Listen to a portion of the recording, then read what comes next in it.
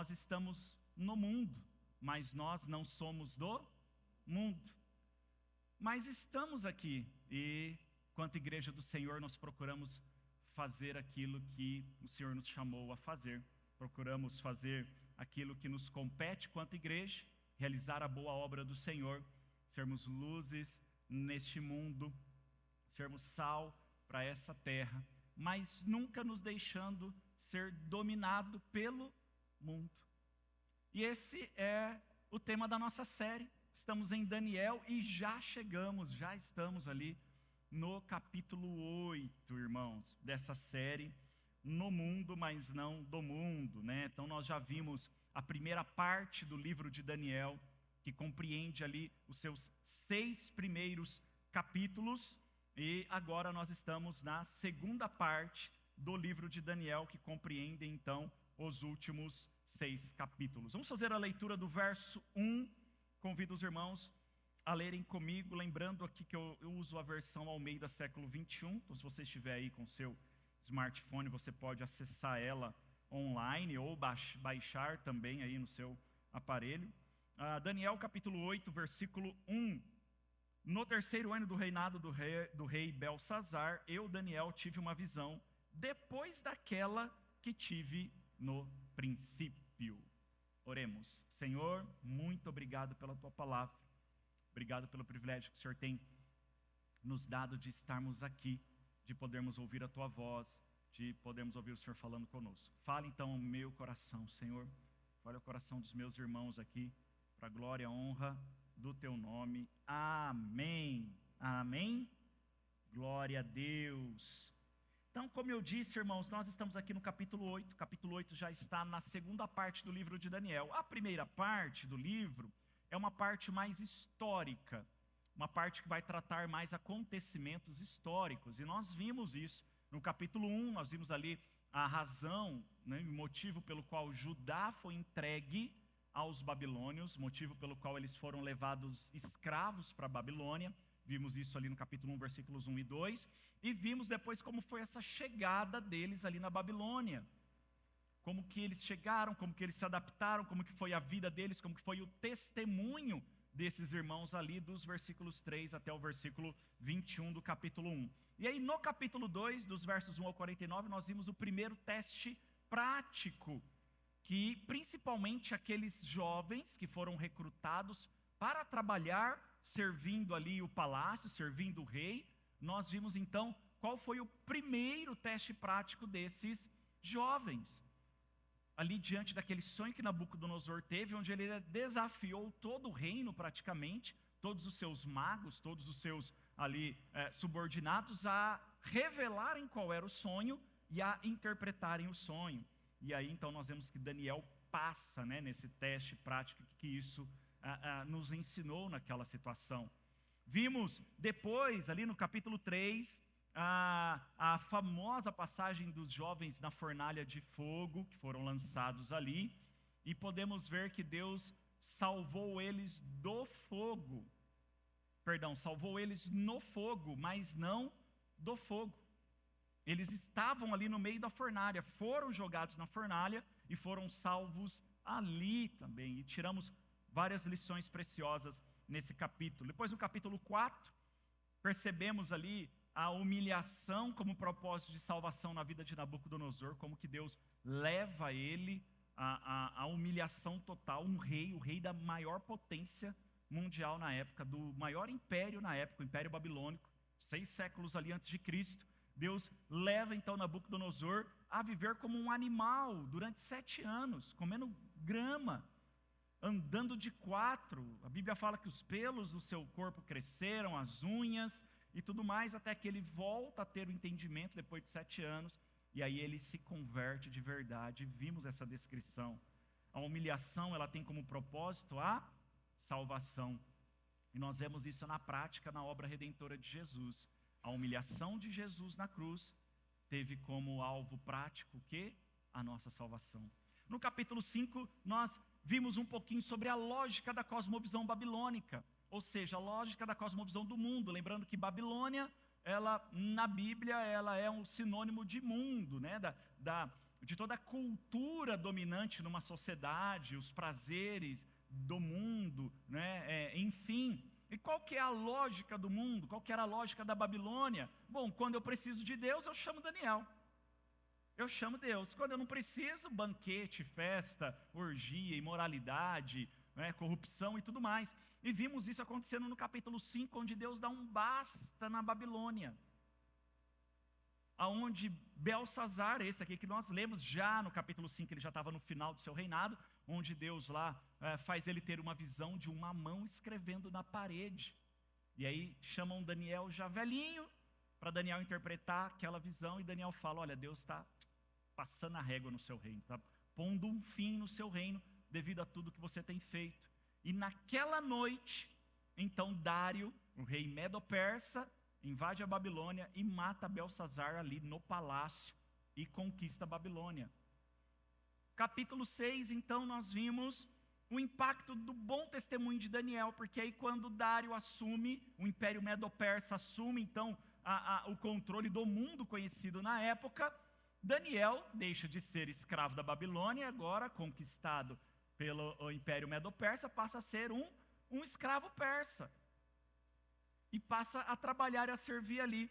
E diante de uma situação que ocorreu, ele foi acusado de traição por ter desobedecido um decreto real e foi lançado na cova dos leões.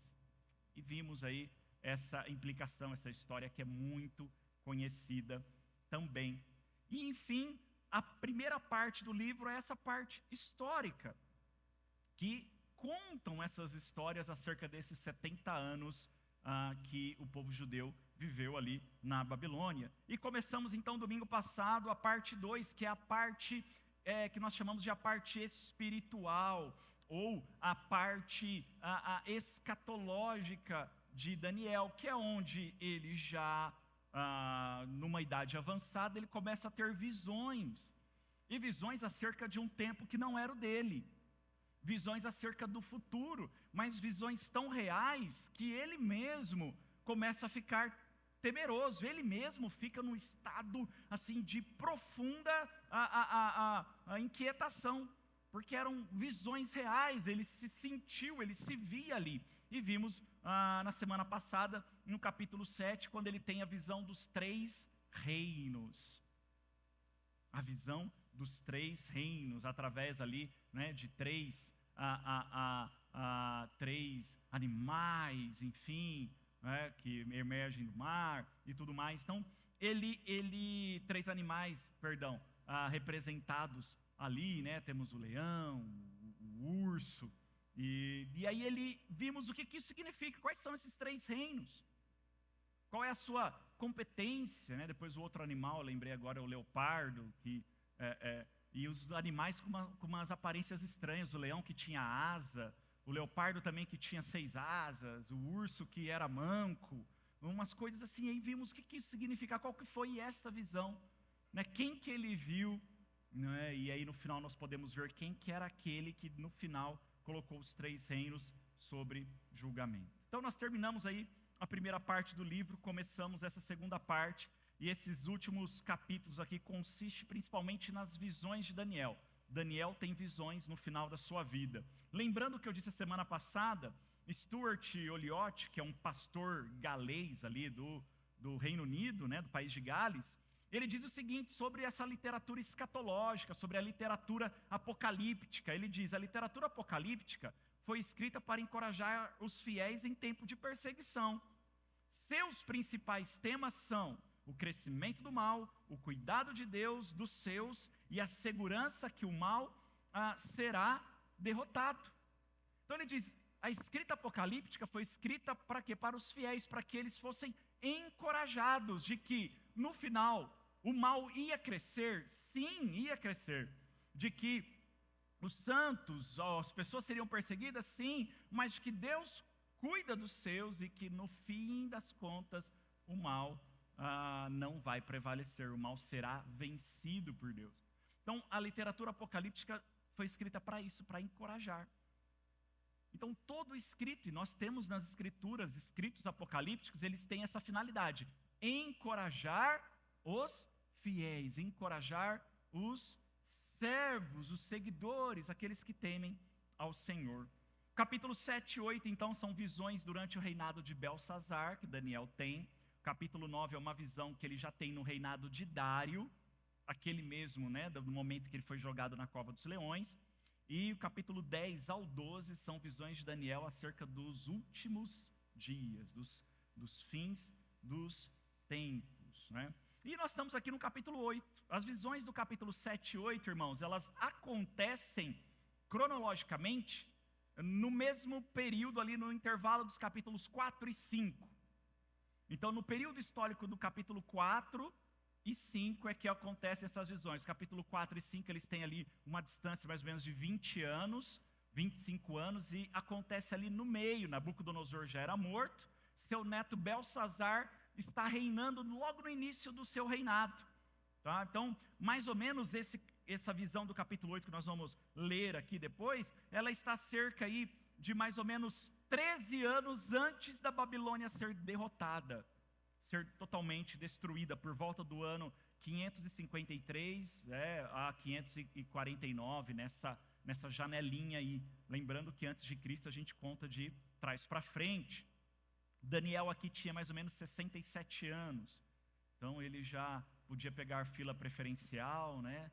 Não pagava mais zona azul e tudo mais. E aí ele tem essa visão já no fim, já estava velho, fim da vida, já tinha, estava no último reinado ali, a Babilônia no seu último reinado, tudo mais. E esse capítulo 8, ele faz paralelo com o capítulo 7 e com o capítulo 2, que é quando Daniel interpreta a visão, o sonho ali de Nabucodonosor. Enquanto as visões anteriores de Daniel, principalmente que nós vimos no capítulo 7, elas acontecem de noite, lembram? Ele está dormindo e ele tem uma visão. E essa ideia da expressão, e na parte noturna, ou tive uma visão noturna, que pegou ele de surpresa. Às vezes ele estava dormindo, e ele tem um sonho, ele teve uma visão, acordou assustado, enfim. Essa aqui específica do capítulo 8 acontece de dia. O que dá a entender é que ele está acordado e de repente ele foi tomado para uma visão, para um lugar, e ele vê coisas, e ele está acordado. E essas visões aqui deixam Daniel muito mais perplexo do que todas as outras que ele teve até aqui. Olha o versículo 27, ali do capítulo 8, ele diz o seguinte: eu, Daniel, desmaiei e fiquei doente alguns dias. Então me levantei e tratei dos negócios do rei. Eu fiquei perplexo acerca da visão, pois ninguém podia entendê-la. Então imagine isso, irmão. Já pensou, você está no meio do dia no seu trabalho lá, teclando no computador, dirigindo o caminhão, né? Enfim, dando aula lá na escola, fazendo o secretariado lá no seu trabalho, mexendo com as fórmulas lá na empresa, com produto químico. De repente você vê algo real na sua frente, mas que não está acontecendo ali realmente na hora, mas você enxerga isso. Então ele foi uma experiência tão real, que ele diz isso, eu desmaiei, foi uma coisa muito forte, eu não consegui trabalhar depois. Eu fui retomar os serviços para o rei depois, porque foi uma coisa que mexeu muito comigo, Daniel fala. Ninguém podia interpretar essa visão. E basicamente aqui, se Daniel no capítulo 7 teve a visão de 3 reinos, representado por 3 animais, o leão, o urso e o leopardo, aqui também ele vai ter a visão de 2 reinos, representados também por 2 animais. Um é o carneiro e outro é o bode. Vamos entender então, rapidamente, correr aqui o capítulo 8, para entendermos o que foi essa visão, como foi essa visão. Por isso nós vamos dividir aqui em 3 partes o capítulo, tá? A visão, a interpretação da visão e o cumprimento da visão. Primeiro, então, a visão dos versículos 1 ao 14. Como que a visão aconteceu? Versículo 1, né, foi no 3º ano do reinado de Belsazar. A visão anterior que Daniel teve, no capítulo 7, foi no 1º ano. Então, 2 anos depois, ele tem outra visão, no 3º ano do reinado aqui de Belsazar. E o que Daniel viu nessa visão, dos versos 2 até o 14? Ele viu aonde ele estava, olha o versículo 2, e na visão parecia-me que eu estava na cidade de Suzã, na província de Elão, e naquela visão eu estava à margem do rio Ulai. Suzã te lembra alguma coisa? Te lembra algum personagem da Bíblia? Quem que foi para Suzã? Quem que se tornou depois rainha ali, né? E morava e passou, o palácio era em Suzã? Esther. Só que Esther, ela está no contexto já do Império Persa. Aqui ainda, quem está sobre o domínio do mundo é a Babilônia, mas a cidade de Suzã já estava lá. Quando o Império Medo-Persa, eles conquistam a Babilônia, eles trocam a capital passa a ser Suzã. Então Daniel, ele se viu nessa cidade de Suzã, a mesma que Esther, se torna rainha. Ele se viu nessa cidade. Eu estava lá, a visão dele foi essa. Eu estava lá, parecia-me que eu estava naquela cidade, eu me vi lá. E o que mais que ele viu? Ele viu então o primeiro animal, versículos 3 e 4. Levantei os olhos, olhei e vi em pé, diante do rio, um carneiro com 2 chifres. Os 2 chifres eram altos, um era mais alto que o outro, e o mais alto subiu por último. Então ele tem uma visão de um animal. Olha o versículo 4. Vi que o carneiro dava marradas, ou cabeçadas para o ocidente, para o norte e para o sul. Nenhum dos animais lhe podia resistir, nem havia quem pudesse livrar-se do seu poder. Ele fazia o que desejava e crescia. Então ele vê um carneiro com 2 chifres. Não sei se vocês já viram naqueles episódios, aqueles documentários do History, Discovery, os carneiros dando cabeçada. Nós temos aqui o Júlio cria uns carneiros, né, Júlio? E ele estava contando para mim esses dias que o carneiro dá uma cabeçada forte, derruba, bate na canela, é perigoso quebrar ali a perna, machucar o joelho, e eles têm o crânio muito forte. Então, Daniel, ele vê um carneiro que tem 2 chifres, bem grandes, e um chifre era maior que o outro, e ele dava então essas cabeçadas, essas marradas para o lado do ocidente, para o lado do norte, para o lado do sul. Esse carneiro era forte e poderoso, e nenhum animal conseguia vencer esse carneiro, nenhum animal derrubava ele. Todo animal que tentava se aproximar, ele ia lá e derrubava, ele vencia, ele era forte e poderoso. Só que depois também Daniel vê um segundo animal, dos versículos 5 até o 14.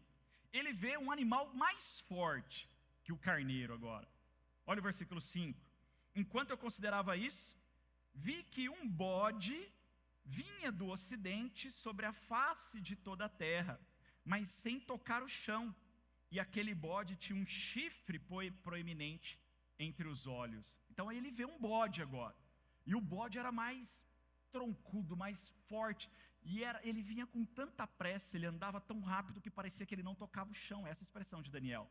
Ele está andando como se não tocasse o chão, ele vem do ocidente, e tem um chifre muito forte no meio dos olhos, ou seja, no meio da testa. E o que esse bode faz? Olha o versículo 6.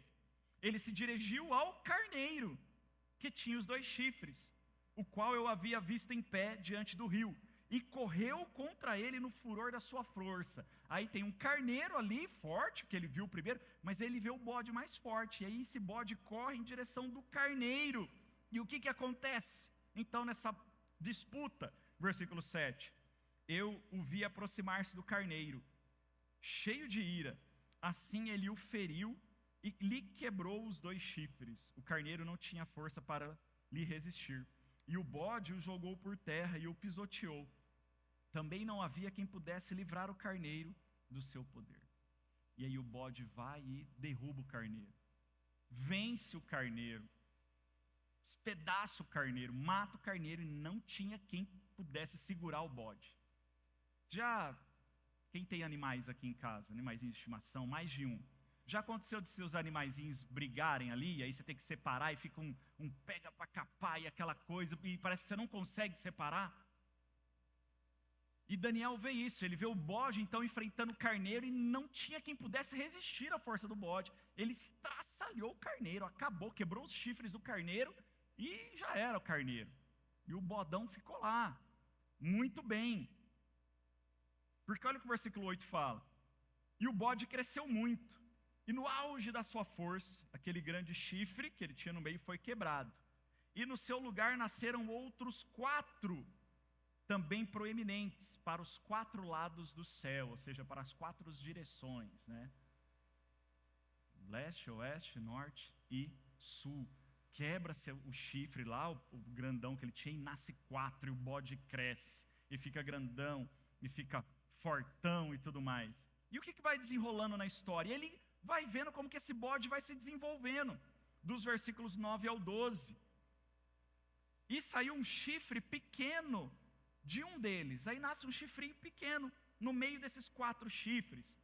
E este cresceu muito para o sul, para o oriente e para a terra gloriosa, e cresceu até o exército do céu, e jogou por terra alguma das estrelas deste exército, e as pisou.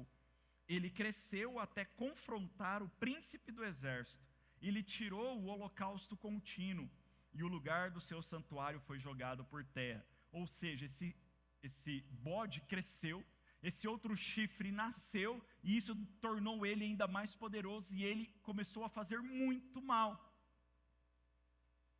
Operou muitos males, ficou muito maldoso, e aí não tinha quem o detinha, ele começou a atingir e a fazer males em proporções maiores, né? Ele atingiu as estrelas do céu, o exército do céu, afrontou o príncipe dos exércitos do céu, proibiu o seu holocausto e tudo mais. Então, ele toma uma proporção muito grande e causou muitos males.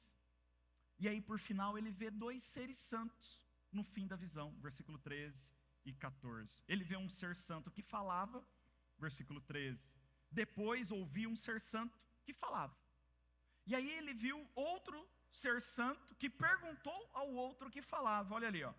Depois viu um ser santo que falava, e outro ser santo disse àquele que falava: até quando durará a visão sobre o holocausto contínuo e sobre a transgressão avassaladora e a entrega do santuário e do exército para serem pisados? E aí esse segundo ser que ele vê pergunta ao primeiro: até quando vai continuar isso aí? Até quando esse bode vai ficar fazendo essas coisas? Até quando esse bode vai ficar... a proporção dos males que ele está fazendo. E aí esse ser santo que falava responde ao outro ser que lhe perguntou, versículo 14. Ele me respondeu: até 2.300 tardes e manhãs, então o santuário será purificado. Até 2.300 tardes e manhãs, ou seja, até 2.300 dias. Isso vai permanecer, depois vai acabar e tudo será restaurado. Que é isso? Foi isso que Daniel também, na hora, viu e pensou: que é isso? E aí, ele se inquieta, irmãos, porque ele era muito sábio, nós vimos isso nos capítulos anteriores. Ele interpretou sonhos de Nabucodonosor, sabemos que a sua sabedoria vinha de Deus, Deus o conduzia, mas agora é ele que está tendo as visões, e é ele que está sendo provado ali, testado naquela situação. E aí ele fica assim: e agora, Senhor? Que é isso? E aí vamos para a segunda parte então do capítulo, que é a explicação da visão, dos versículos 15 até o 27. Daniel, ele quer entender a visão. Quando termina a visão, ele quer entender. O que é essa visão? Olha o versículo 15. Enquanto eu, Daniel, observava a visão, procurei entendê-la. Eu estava vendo a visão e estava tentando entendê-la, mas ele não conseguia, ele está inquieto tentando entender a visão. E aí o que ele vê? Ele vê um outro ser. Continuação do versículo 15. E vi alguém parecido com um homem diante de mim. Aí ele vê um outro ser, alguém parecido com um homem. E aqui é um anjo, vamos colocar aqui que é um anjo, e era um anjo. Ele vê um outro ser, parecido com um homem, nessa visão.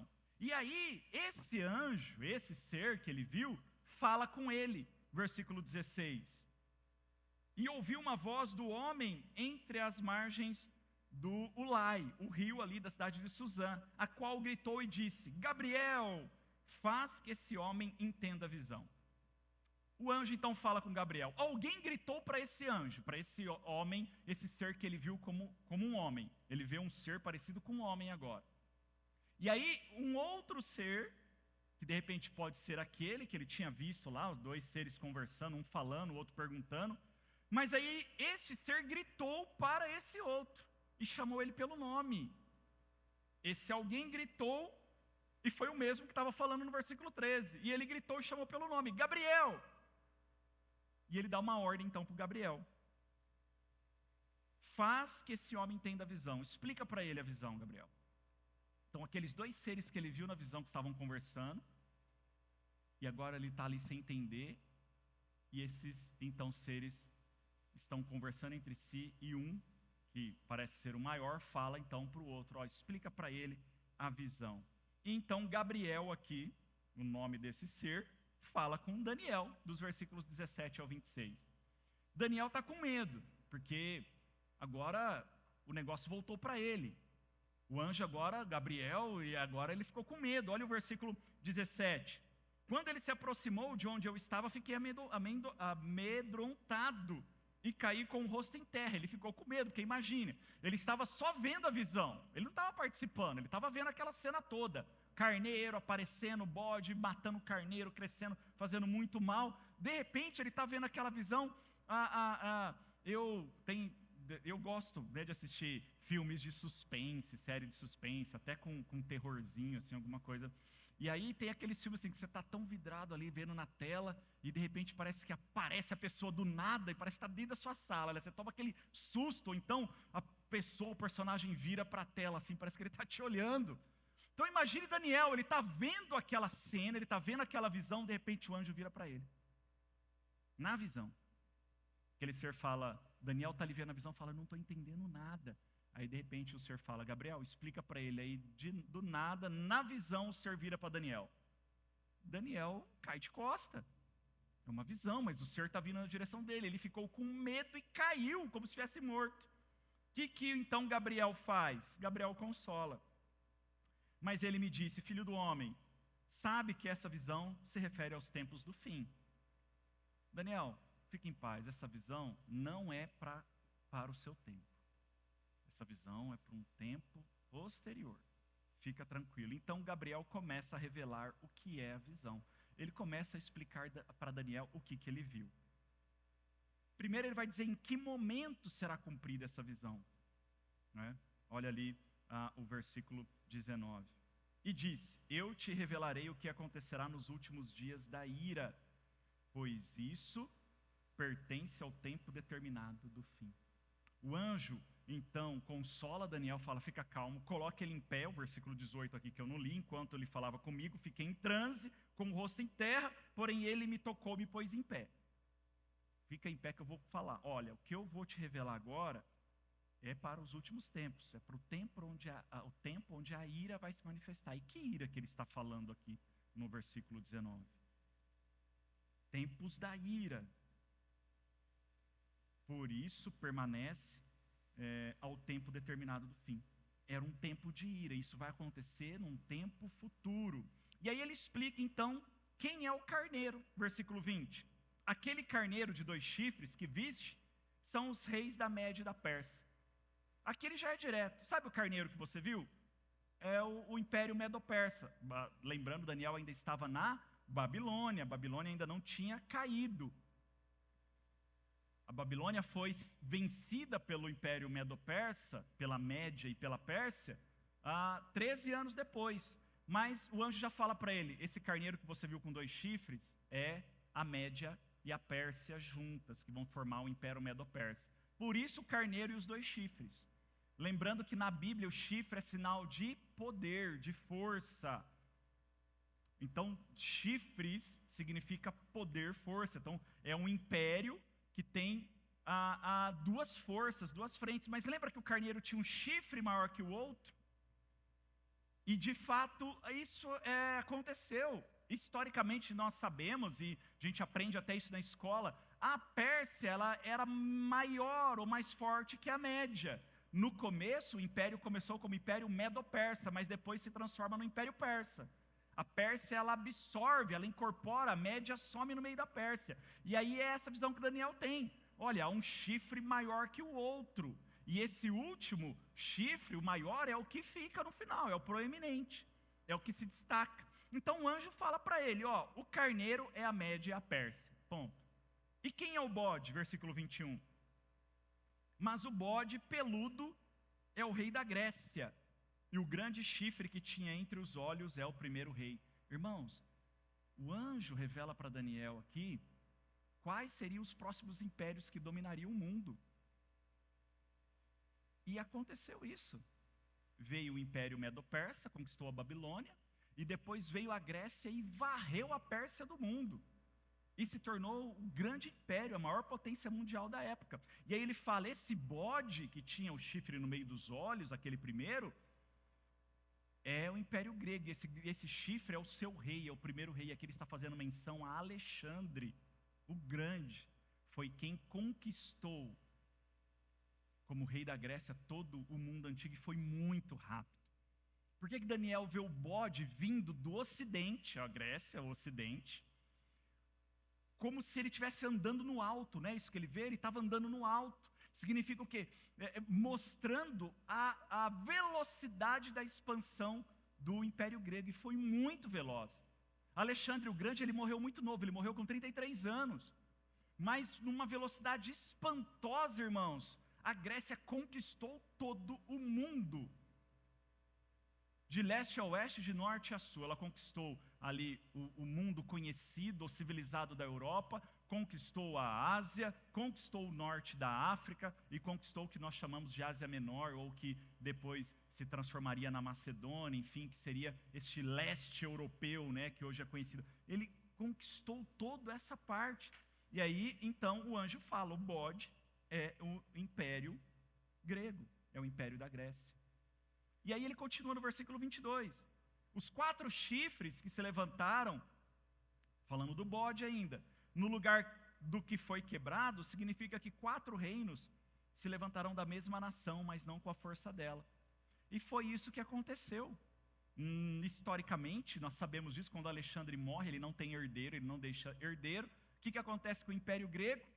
Ele se divide em 4, porque aí os seus 4 principais generais começam a disputar quem vai ser o cara, e aí eles dividem o reino em 4. Então, um fica com a parte ali da África, do norte da África, do Egito, um fica com a parte da Ásia, do Oriente Médio ali, um fica com o norte da Ásia ali, e outro fica com a parte da Europa. O Império Grego se divide em 4 impérios, mas não é tão forte quanto o primeiro chifre, é isso que o anjo está falando. Mas depois ele vai dizer que no final vai se levantar um chifre. Lembra do chifre, depois pequeno, que se levantou no meio dos 4? E que aí cresceu e começou a fazer muito mal? Ele vai explicar quem que é esse chifre, versículo 23. Mas no fim do reinado deles, quando os transgressores tiverem chegado ao extremo, um rei de aparência feroz e que discerne enigmas se levantará. E aí ele vai explicar quais são aquelas coisas de derrubar a estrela do céu e tudo mais. Ele vai fazer coisas terríveis, versículo 24 e 25. Ele terá grande poder, mas não de si mesmo, destruirá terrivelmente, prosperará, fará o que desejar, destruirá os poderosos e o povo santo. Fará o engano prosperar sob sua mão, com sutileza, se engrandecerá e destruirá muitos que vivem em segurança, e se levantará contra o príncipe dos príncipes, mas será quebrado sem intervenção humana. E aí 26 ele vai dizer que vai chegar até um momento em que esse bode será destruído, que o reino da Grécia será destruído. E a visão da tarde e da manhã que foi dita é verdadeira, tu porém sela a visão, porque se refere a dias muito distantes. Então aqui é explicada a visão para Daniel. Esses 2 animais que você viu, basicamente são 2 impérios, o Império Medo-Persa e o Império da Grécia. Eles vão conquistar a Babilônia, o Império Medo-Persa, depois a Grécia conquista a Pérsia, se torna um grande império, vai produzir muito mal no mundo, mas depois ele vai ser destruído e vai ser vencido. Só que aí, irmãos, a terceira parte, nós temos o cumprimento da visão. A visão se cumpriu. E aqui, irmãos, eu vou para a história. eu vou para a história. A história prova que essa visão se cumpriu. Daniel, historicamente, é um personagem real na história. Ele viveu antes desses impérios. Ele teve a visão antes desses impérios existirem. Mas a história prova que a visão que ele teve de fato foi verdade. E não só isso, que a visão que ele teve mostra que Deus estava no controle de toda essa situação. Deus era o dono do enredo dessa história. Ele estava ali controlando essas nações. Lembra da fala de Nabucodonosor no capítulo 4? Depois que ele volta daquele estado que ele estava vivendo como animal, ele fala o quê? Que o Altíssimo é quem tem poder para tirar reis e estabelecer reis. Ele levanta nações e derruba nações. Nabucodonosor entendeu que era Deus que fazia isso. E aqui, depois da visão de Daniel, ele estava vendo o futuro, ele não sabia o que ia acontecer ou não, mas hoje nós sabemos, a história prova isso, irmãos. E podem falar o que for da Bíblia, mas não conseguem provar que ela não é verdadeira. Falam que ela não é, mas não provam. Argumentam que a Bíblia é uma invenção, é uma historinha da carochinha, alguém escreveu lá não sei da onde, vocês são um bando de bobo que acredita nesse livro aí, um bando de trouxa que acredita nisso, mas ninguém prova cientificamente, porque a ciência ela só é válida pela comprovação. A teoria ela se torna fato científico só quando é comprovado, e cientificamente a Bíblia é comprovada real, como literatura, como história ela é real, porque ela é o livro, irmãos, que mais provas arqueológicas e históricas existem ao seu favor. Só o Novo Testamento tem mais de 6.000 manuscritos catalogados e reconhecidos.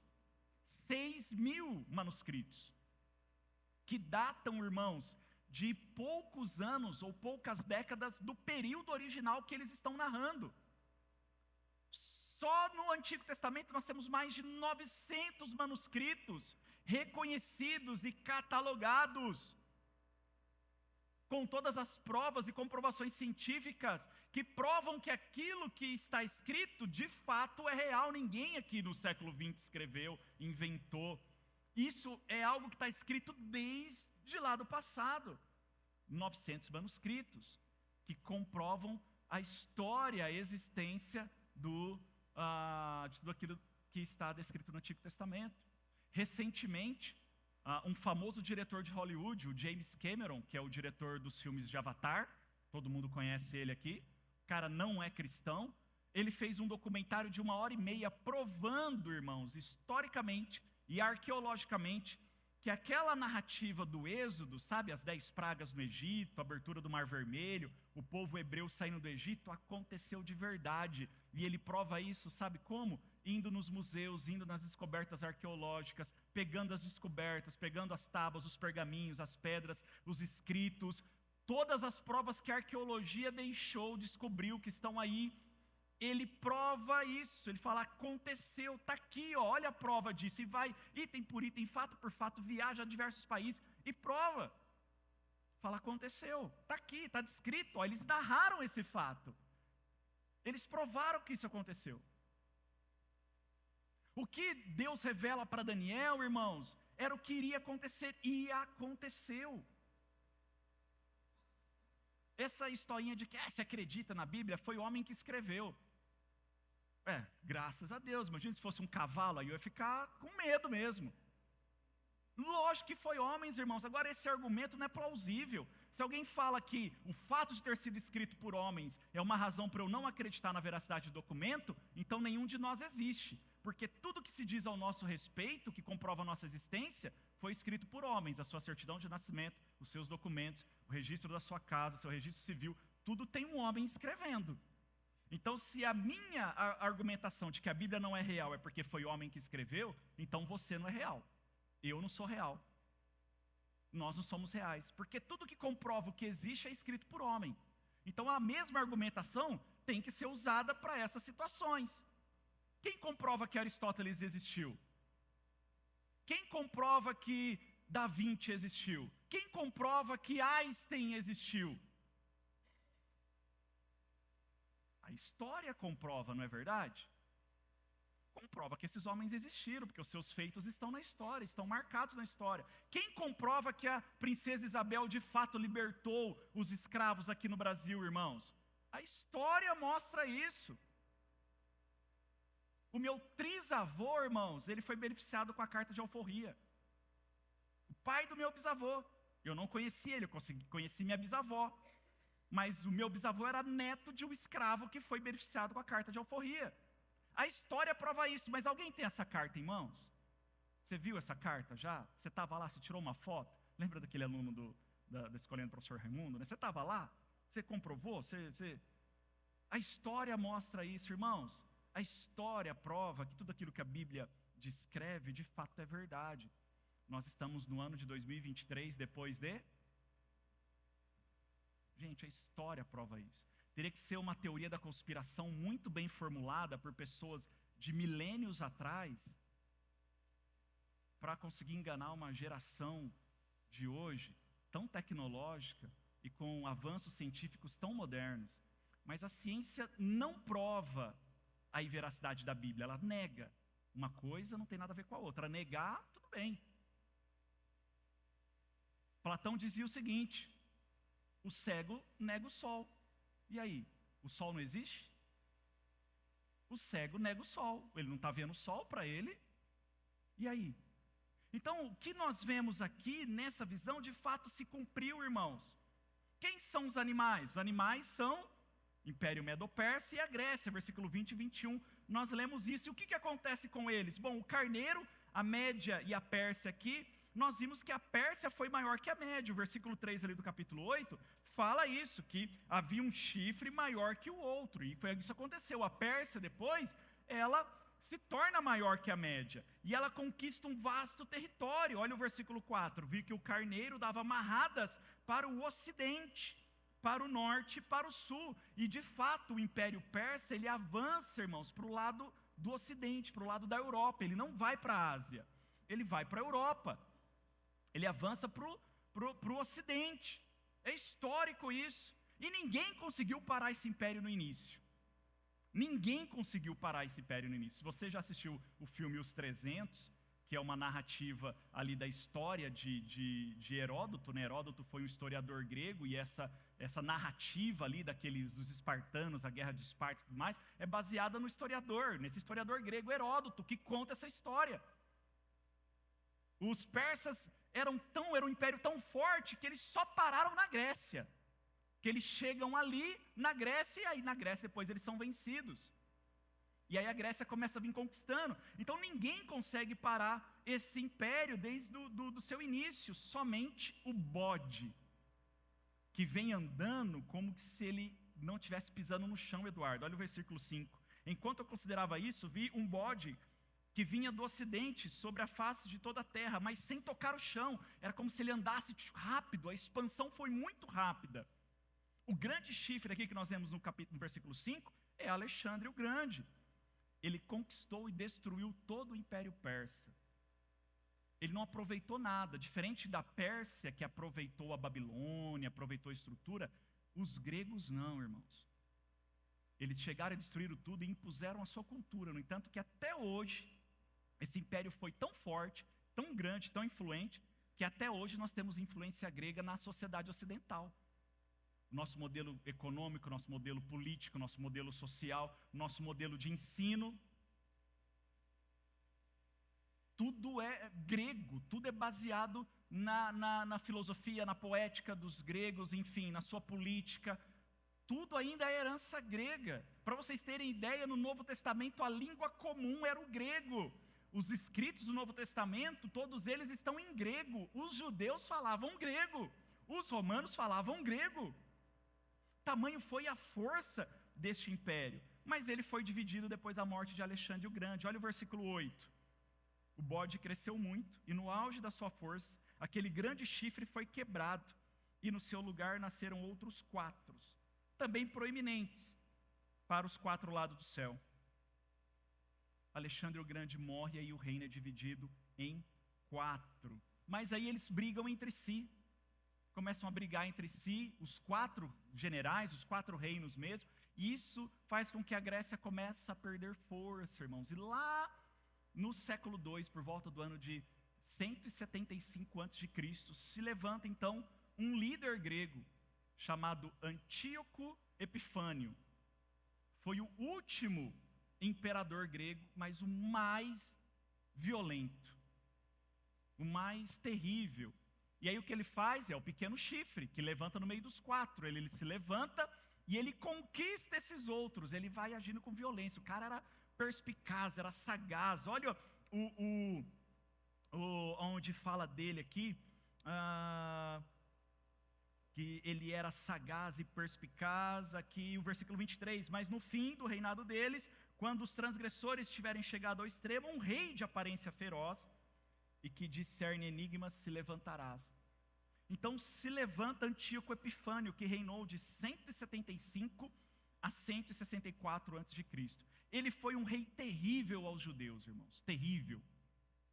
Porque em 170 ele invade a Judéia, e aí ele é terrível com os judeus, porque ele não destrói o templo, mas ele profana o templo, ele proíbe os judeus de realizarem as suas orações, ele mata, ele escraviza, ele foi terrível. Versículo 10 e 23 narram isso. Eu li o 23, olha o versículo 10. E cresceu até o exército do céu, e jogou por terra alguma das estrelas desse exército e as pisou. Exército do céu se refere ao povo de Deus. Toda a expressão na Bíblia de exército do céu, tanto no Antigo quanto no Novo Testamento, é o povo de Deus, é o povo do Senhor. Quando João vê Jesus lá em Apocalipse vindo comandando o exército dos céus, é o seu povo, são os seus vindo atrás dele. E aqui então Daniel vê esse rei derrubando o exército do céu, derrubando aqueles que serviam ao Senhor, aqueles que eram povo do Senhor. E não só isso, ele afrontou Deus, versículo 11 e 25. Ele cresceu até confrontar o príncipe do exército. Olha o versículo 11. Quem que é o príncipe do exército? Cristo é o príncipe do exército. João vê lá em Apocalipse Jesus vindo no cavalo, comandando o seu exército. Esse rei Antíoco Epifânio, ele afronta Deus. Olha o 25. Fará o engano prosperar sob sua mão com sutileza, se engrandecerá e destruirá muitos que vivem em segurança, e se levantará contra o príncipe dos príncipes. E de fato ele fez isso, ele invade o templo, irmãos, e fala assim: acabou, não vai ter mais adoração, não vai ter mais culto a Deus. É como se de repente chegasse uma autoridade aqui, né, fosse autoridade na cidade, no estado, no país, e acabou, não vai ter mais culto aqui. Que Deus? Não tem Deus, não existe Deus. Vocês não vão cultuar mais ninguém a não ser quem eu queira. Ele afronta Deus diretamente, diz: esse Deus não é nada. Vocês seguem, eu sou Deus. Ele se considerava uma divindade. E com isso ele proibiu o sacrifício no templo. Ele proibiu o sacrifício, irmãos, ali do povo que ofertava. Lembra, o sacrifício era aquela oferta diária que eles faziam, era a oferta que eles traziam em prol ali do seu pecado. Olha o versículo 11. Ele cresceu até confrontar o príncipe do exército e lhe tirou o holocausto contínuo. Proibiu o povo de adorar a Deus com a sua oferta, com o seu tributo, com o seu holocausto. E não só isso, ele profanou o templo, finalzinho do versículo 11.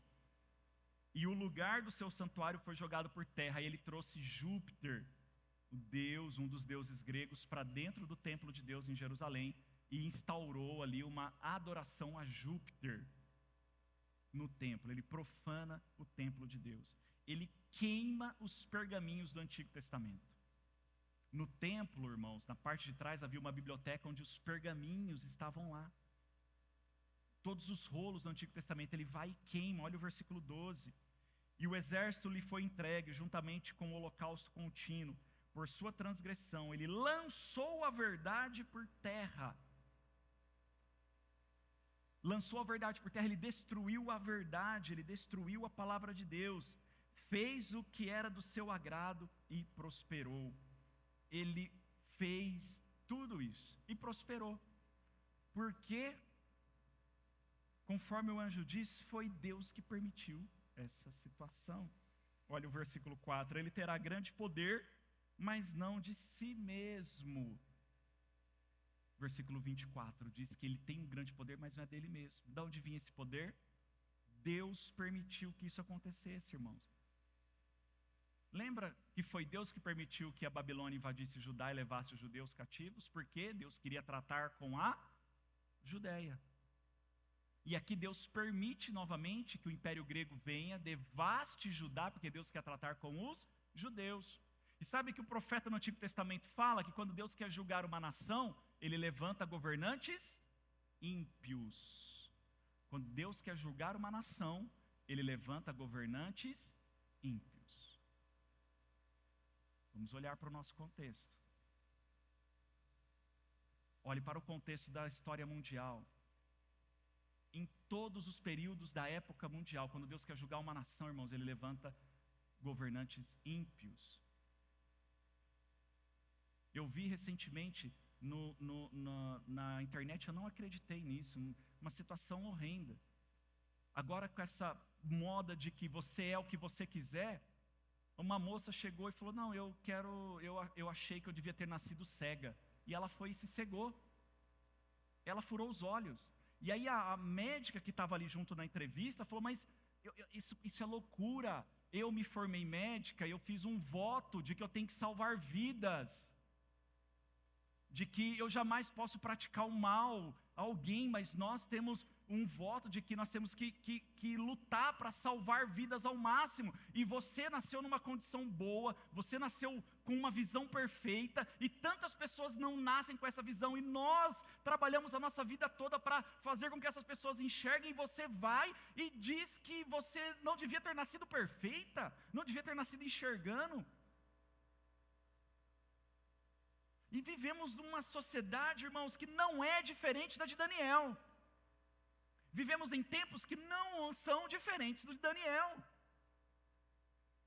Deus tem permitido coisas horríveis acontecer no mundo, irmãos. A pergunta que nós crentes temos que fazer é: por quê que Deus tem permitido isso? Por que Ele quer julgar? Será? Ele vai destruir? Será? É essa a pergunta, irmãos, porque em toda a história bíblica é isso que nós vemos. Inclusive no Novo Testamento, Deus permitiu que Nero destruísse a Judéia de novo no ano 70. Ele destrói Jerusalém, irmãos. Deus permitiu. Ele espalha a igreja e permite que Roma venha, invade de novo Jerusalém e destrói Jerusalém de novo. E até hoje, irmãos, Jerusalém não está sob o domínio de Israel, é domínio árabe. Aonde era o templo, lá tem uma mesquita a Alá. Quando nós olhamos para o nosso mundo hoje, para as coisas que estão acontecendo, qual que é a nossa ótica, qual que é a nossa cosmovisão do que está acontecendo? Por que que Deus está permitindo isso? Por que que Deus está permitindo? Mas Daniel vê outras coisas também. Ele vê um ser santo que falava, versículo 13. Depois ouviu um ser santo que falava. Quem é esse ser santo? É Cristo, irmãos. O ser santo falava a outro ser, que era Gabriel. E Gabriel ouvia esse ser e atendeu a voz desse ser. Quando ele gritou, ou seja, falou alto: Gabriel, explique para ele o que é que vai acontecer. Gabriel volta-se e explica. É isso que vai acontecer. E aí esse ser pergunta, então Gabriel pergunta para Cristo: mas quando isso vai acabar, Senhor? E aí o que Jesus fala, versículo 14, ele me respondeu: até 2.300 tardes e manhãs, então o santuário será restaurado.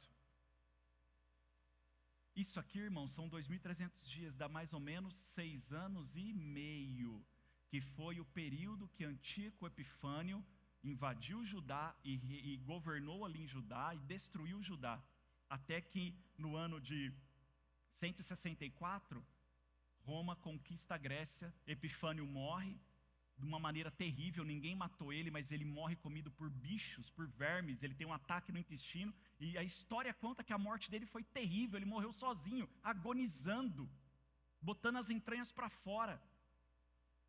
Mas durante 6 anos e meio ele causou terror na Judéia.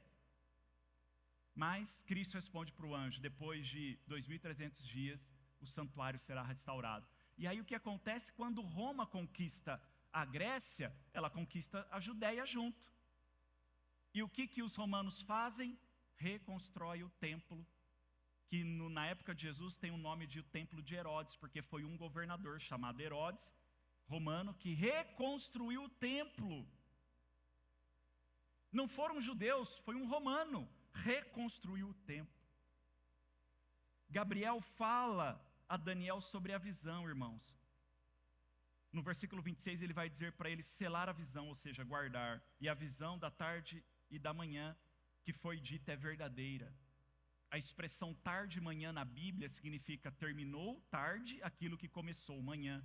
Porque no calendário judaico, o dia começa de manhã e termina tarde. Eles não contam as horas à noite. Pelo menos não naquela época.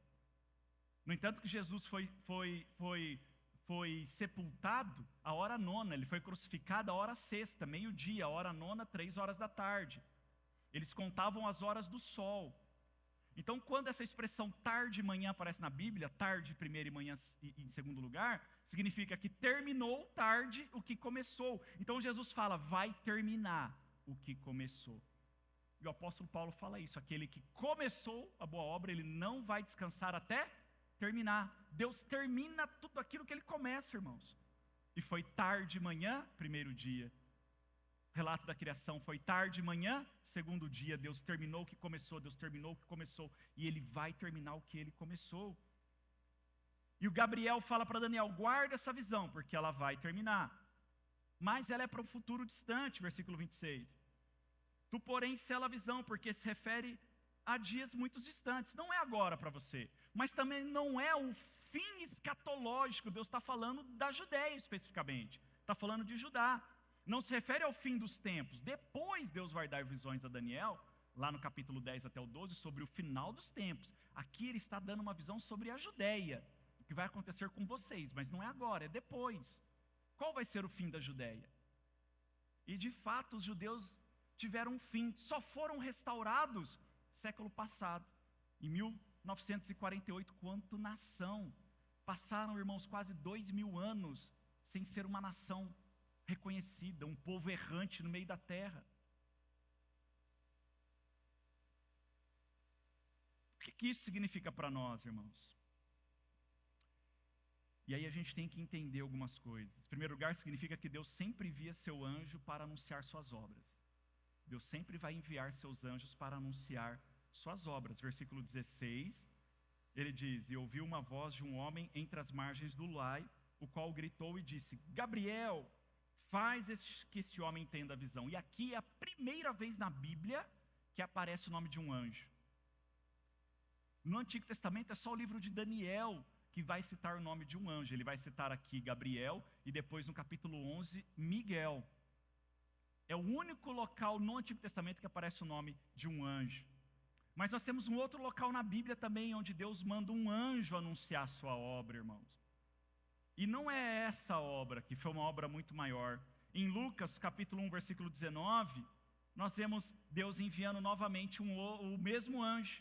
E o anjo lhe respondeu, eu sou Gabriel e sempre estou diante de Deus.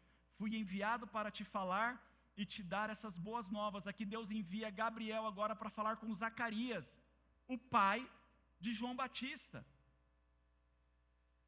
Deus enviou Gabriel para falar com Daniel, eu vou destruir vocês. Mas aqui agora ele envia Gabriel para falar com Zacarias, pai de João Batista, sobre uma outra obra, só que diferente daquela. Para anunciar a Zacarias uma outra visão, mas não era mais a visão de um carneiro com chifre. E nem mesmo uma visão de um bode com chifre, irmãos. O que agora Zacarias vai falar, o que agora Gabriel vai revelar, a visão que Gabriel vai revelar a Zacarias e depois a Maria, porque é o mesmo anjo que aparece a Maria ali no capítulo 1 ainda, versículo 26 ao 28, no 6º mês o anjo Gabriel foi enviado por Deus a uma cidade da Galileia, chamada Nazaré, a uma virgem comprometida a casar-se com um homem chamado José, da descendência de Davi. O nome dela era Maria. O anjo, o Gabriel, veio onde ela estava e disse, alegra-te, agraciada, o Senhor está contigo. Esse mesmo anjo que explicou para Daniel quem era o carneiro, irmãos, e quem era o bode, agora vem anunciar um outro ser que também tem aparência de animal.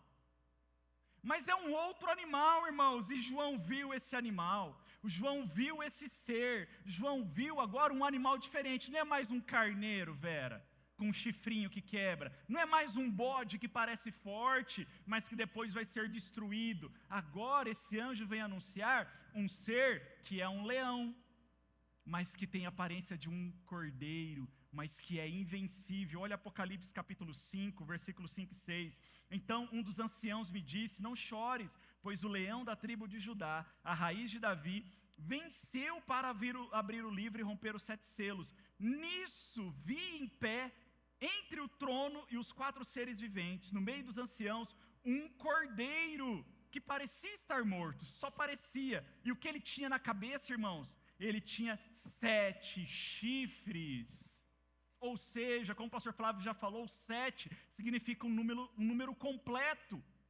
Não é isso? Deus criou o mundo em 6 dias e no 7º descansou, Ele completou a obra. Agora, o que Gabriel vem anunciar para Zacarias, pai de João Batista, e a Maria, é que agora viria um outro ser, que teria e seria conhecido também como um animal, um aspecto físico. João viu o leão, mas que parecia um cordeiro, e esse cordeiro tinha todo o poder. Olha a continuação, ele tinha 7 chifres e 7 olhos, que são os 7 Espíritos de Deus enviados por toda a terra, irmãos, toda a terra. Quando Gabriel chega a Zacarias e fala: olha, eu vou te dar um filho, Zacarias fica muito contente, ele é velho já, Isabel já era velha. Aí o Gabriel fala para Zacarias: mas esse filho não é o Messias, mas ele vai preparar o caminho para o Messias, ele vai preparar o caminho para o Cordeiro.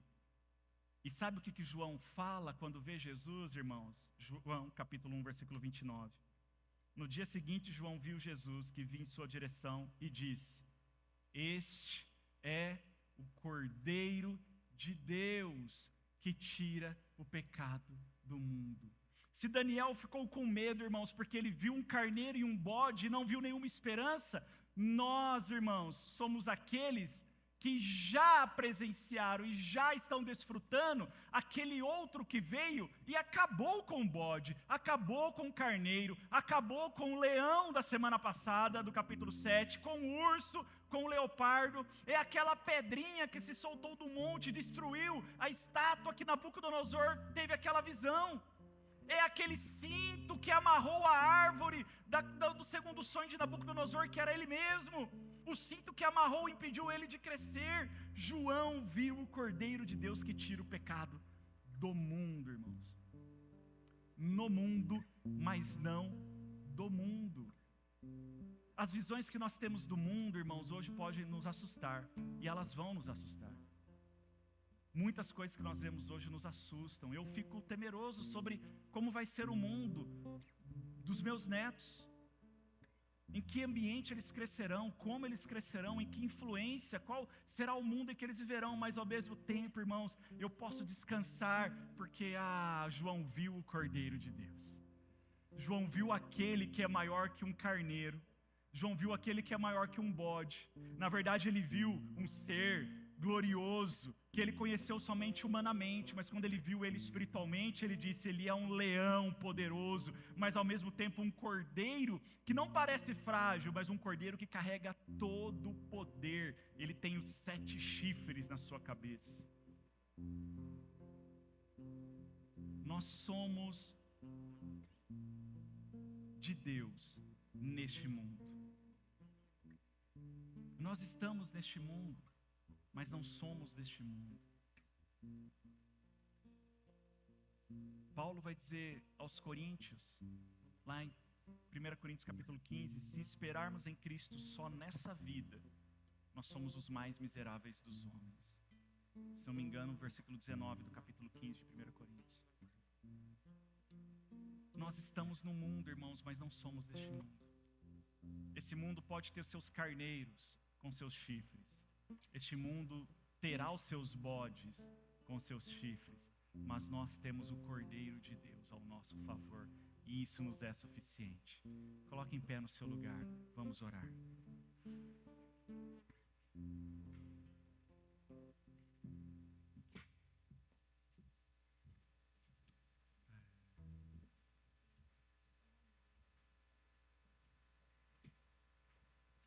Nós temos o Cordeiro de Deus que foi dado por nós, irmãos. Diferente de Daniel, nós não precisamos ter medo do que vemos no mundo, do que o futuro pode representar a nós. Daniel, ele teve medo, ele termina dizendo no versículo 27, e eu, Daniel, desmaiei e fiquei doente alguns dias. Então me levantei e tratei dos negócios do rei, e eu fiquei perplexo acerca da visão, pois ninguém podia entendê-la. Ele viu, o anjo explicou o que aconteceria com eles, o que aconteceria com o mundo, e ele ficou com medo, perplexo. Mas, irmãos, hoje nós sabemos o que vai acontecer. No final das contas, nós sabemos qual é o nosso fim, aonde nós estaremos, o que nos aguarda. Mas a questão é, nós somos deste mundo, nós somos de Deus, nós somos deste mundo. A quem nós pertencemos? A quem nós somos? Feche seus olhos, vamos orar. Senhor, muito obrigado pela Tua palavra. Obrigado, Senhor. Obrigado porque nós podemos entender que é o Senhor que conduz a história da humanidade, a nossa história. O Senhor é aquele que está no controle dessa história toda. E como Daniel, podemos muitas vezes não entender a visão. Como Daniel, podemos muitas vezes não entender o que acontece, Senhor.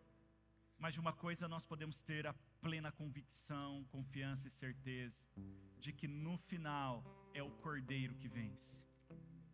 De que no final é o Cordeiro que vence. O que nós queremos, Senhor, e pedimos a Ti, é que o Senhor nos leve para o Cordeiro. Nós queremos estar junto com este que venceu. Queremos ser vencedores porque Ele venceu. Somos mais que vencedores porque Ele venceu, e é perto dEle que queremos estar, daquele que venceu o mal no mundo, daquele que venceu o diabo, daquele que venceu o anticristo, daquele que venceu os poderes que se levantaram contra. Nós queremos estar junto àquele que venceu. Ah, Senhor, obrigado. E conduza-nos àquele que tem todo